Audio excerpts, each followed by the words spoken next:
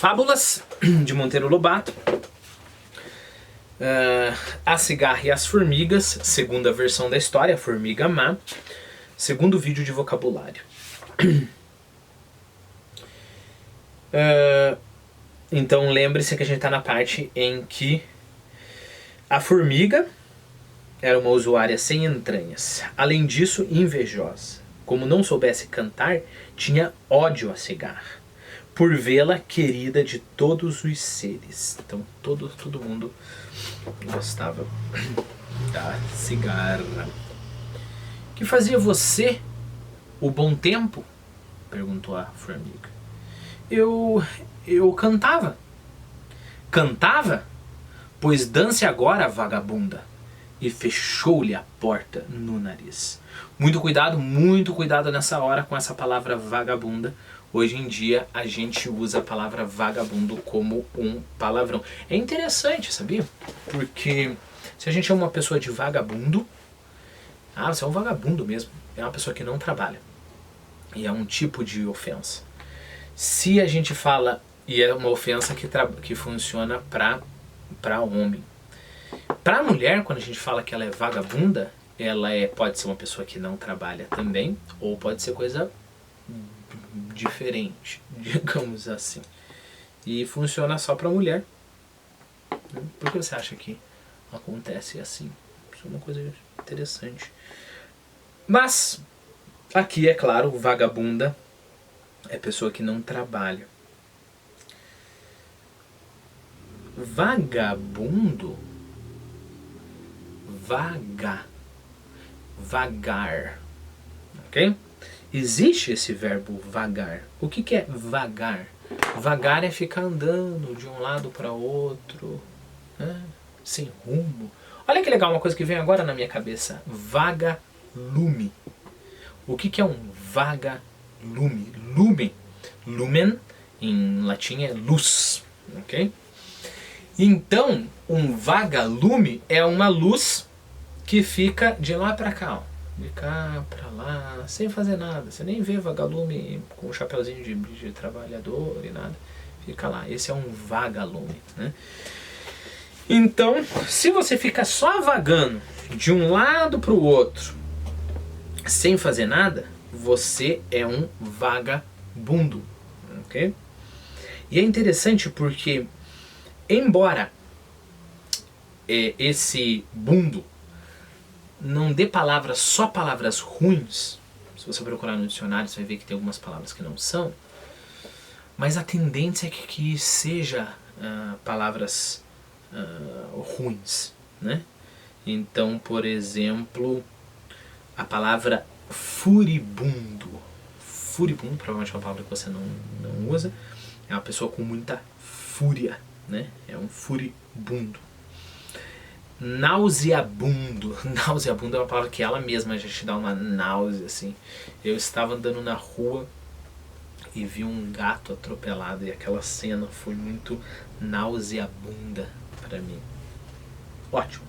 Só que, como eu falei, não necessariamente gera palavras ruins. A gente tem, por exemplo, meditabundo.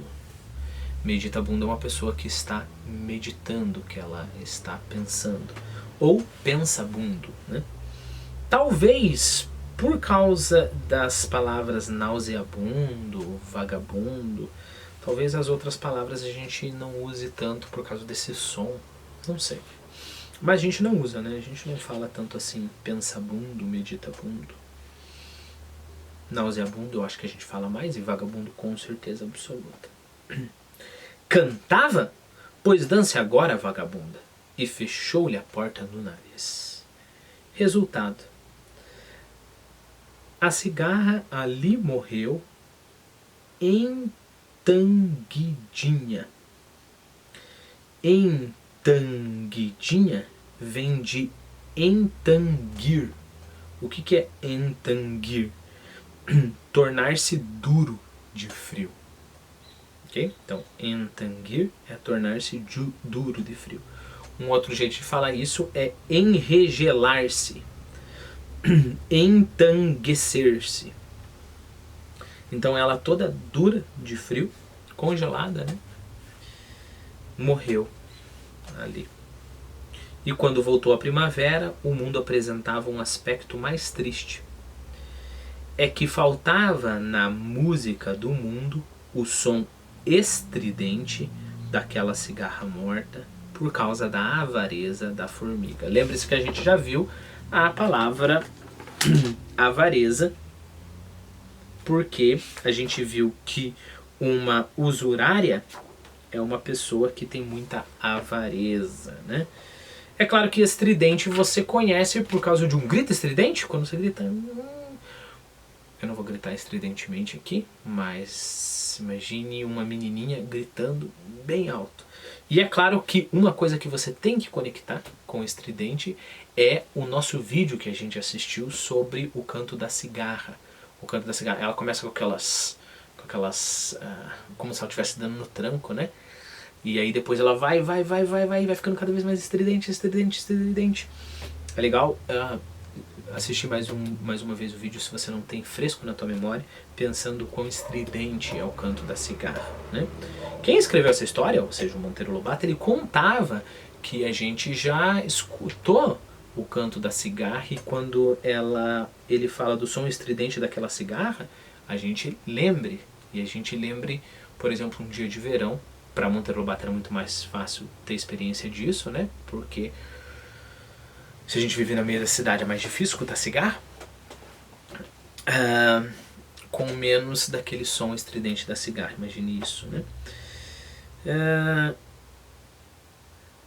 Daquela cigarra morta, mas se a usurária morresse, quem daria pela falta dela? Aí tem uma moralzinha aqui da história. Os artistas, poetas, pintores e músicos são as cigarras da humanidade, né? Vamos ver aqui. Eu não estou comentando nos outros significados, essa é uma coisa para o outro vídeo, né? Agora a gente só está vendo o vocabulário. Esta fábula está errada, gritou o Narizinho. Vovó nos leu aquele livro de Maeterlinck sobre a vida das formigas. Então esse Maeterlinck, ele deve ser um autor, é claro, biólogo, né? E lá a gente vê que as formigas são os únicos insetos caridosos que existem. Formiga má como essa, nunca houve. Dona Benta explicou que as fábulas não eram lições de história natural, mas de moral. História natural, mas de moral. Duas palavras muito importantes aqui. Uma muito mais importante ainda. Primeiro, a menos importante, que é a história natural. História natural mas como assim história? O que tem a ver história com a cigarra? Antigamente se falava muito de história natural. Existe a história que é feita pelos humanos, correto? Então, por exemplo, a história dos humanos que estão nas igrejas. Então é a história eclesiástica, né? A história das pessoas que estão no poder. A história política. E aí a gente tem todas essas histórias. Mas existe uma história que é assim, mais ou menos independente do humano, né? Que é a história natural, da natureza. História natural, história da natureza. Então, frequentemente se usa esse termo para dizer sobre geologia, que estuda pedras, né? A astronomia, que estuda os astros, e aí toda a biologia, que estuda os animais, que estuda as árvores, que estuda as plantas, geografia, que estuda o rio, tudo isso daí é uma história natural, que não é a história artificial, vamos dizer assim, que é a história feita pelo homem. Mas dependendo do lugar, quando você está lendo, você vai ver que história natural é mais para ciências mesmo, tipo biologia, relacionado com coisas vivas, né? História natural. Então tem dois jeitos de você entender essa expressão história natural. Existem as histórias humanas, artificiais, ok? Essas aspas aqui, tem um monte de coisa que poderia falar sobre isso. Existe a história artificial e existe a história natural, né? Aí um outro jeito de entender história natural é a história das coisas vivas. Então você está falando não somente da evolução, por exemplo, vamos pegar as coisas vivas, né? Mas você está falando... Olha, se eu estou falando da evolução, eu tenho que falar como os animais são agora também. Então, se eu descrever os animais agora, eu também estou falando sobre a história natural. A única coisa que eu estou falando do presente da história natural, correto? Então, descrição de árvores. Eu não estou falando que essa árvore há milhões de anos era diferente, estou falando dessa árvore agora, o tipo de fruto, o tipo que ela se reproduz, o tipo de sementes, etc. Isso também é história natural. Eu estou falando do gatinho, o gatinho faz minhau, e ele pula, e ele lambe a patinha. Isso é história natural. Não sei se é muito científica essa minha explicação, mas é história natural. Por mais que esteja no presente. Então não se deixe enganar com o termo história. Então, a história natural é totalmente diferente da moral. Moral é uma das palavras mais importantes que existem. Ok? Eu acho que eu falei quando eu li pela primeira vez, mas lembre-se, moral é você... É aquilo que faz, é aquilo que mostra para você o que é certo e o que é errado. Isso é ter moral. Ter moral é saber, isso daqui é certo, e o simples fato de saber que isso é certo vai fazer com que você queira fazer isso. Por quê? Porque é certo. O que é certo é bonito. Ok? Os gregos já falavam isso. Que o que é certo, o que é verdadeiro, é bonito e é forte. Ok? Então, a moral vai te dizer, isso daqui é bonito e é certo, e é o que você quer fazer, porque você quer ser bonito, né? Você quer ser bonito moralmente, você quer que não só o teu rosto, mas a tua personalidade inteira, você inteiro, seja uma pessoa bonita. E, é claro, saber o que é feio, o que é errado, o que é mal, ok? Então, basicamente, quando a tua mãe olha pra você e fala, nossa, que feio isso que você fez, hein? Muito feio. Ela está te ensinando moral, ok? E existem coisas que são muito feias, sim. E a capacidade de decidir o que é bonito e o que é feio é a mesma capacidade de decidir o que é bom e o que é ruim, ok? É essa capacidade moral. Então as fábulas, elas nos ensinam lições morais. É feio ser egoísta como a formiga má. É feio deixar alguém morrer de frio sendo que você poderia ajudar. É feio ficar com inveja dos outros porque eles conseguem fazer uma coisa e você não. Bom, esse assunto para o outro vídeo. Mas lições de moral... O interessante da lição de moral é assim, não importa quantas vezes você escute, e não importa se é uma lição que você já aprendeu, você nunca aprende assim, aprendi, opa, não preciso mais estudar moral. É o resto da vida você tentando fazer o que é certo. Então é feio fazer essas coisas. Assim como é bonito você ajudar alguém. É bonito você salvar uma vida. É bonito você reconhecer a beleza, porque o que aquela primeira formiguinha fez foi reconhecer a beleza de um canto. Não acha assim, só cantando, assim como o livro, é só uma historinha. Não, você reconheceu a beleza. Dona Benta explicou que as fábulas não eram lições de história natural, mas de moral. E tanto é assim, disse ela, que nas fábulas os animais falam e na realidade eles não falam. Isso não, protestou Emília. Não há animalzinho, bicho, formiga ou pulga que não fale. Nós é que não entendemos as linguinhas deles. Dona Benta aceitou a objeção. Objeção é quando alguém fala algo que é contra o que você falou, né? Por exemplo, eu vou falar lá, todos... Lembra quando eu falei do TikTok, né? TikTok é tudo porcaria. Aí você tem uma objeção, fala, não, mas tem isso daqui, ó, que é bem engraçado, etc. Eu vou assistir e fala, não, é porcaria mesmo assim. Ou eu vou assistir e falar, é verdade, aceitei a tua objeção. Sim. Então a Dona Benta aceitou a objeção da Emília, né? Sim, mas nas fábulas os animais falam a nossa língua. E na realidade só falam as linguinhas deles. Está satisfeita? Agora sim, disse Emília, muito gangenta com o triunfo. Gangenta é toda vaidosa, né? Tá toda vaidosa, toda cheia de si, que ela corrigiu a dona Benta. A ideia dela que ganhou.